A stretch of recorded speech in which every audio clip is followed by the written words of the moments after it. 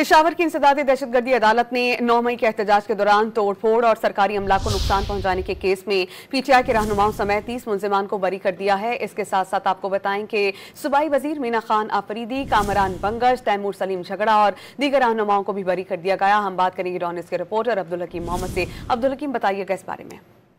ये जी बिल्कुल, आज पिशावर में इंसदादी दहशतगर्दी की अदालत में 9 मई के एहतजाज के दौरान तोड़ फोड़ के सरकारी अमला को नुकसान पहुंचाने के हवाले से केस की समाअत हुई है। तो केस की समाअत के दौरान पाकिस्तान तहरीक इंसाफ के रहनुमाओं समेत 30 मुलजिमान को बरी करने का हुक्म दे दिया गया है। इस मुकदमे में जिसकी समाअत कि उसमें सूबाई वजीर मीना खान आफरीदी भी शामिल है, जिनको बरी किया गया है। साबिक वज़रा कामरान बंगश, तैमूर सलीम झगड़ा और मौजूदा MNA अरबाब शेर अली और तहरीक इंसाफ के रहनुमा इरफान सलीम भी बरी हो गए हैं। पेशावर के खानाजिक शहीद थाना में 9 मई का ये मुकदमा दर्ज किया गया था और मुवक्किला की जानिब से दलाइल मुकम्मल होने के बाद मुलज़मान को अदम सबूत की बिना पर बरी कर दिया गया है।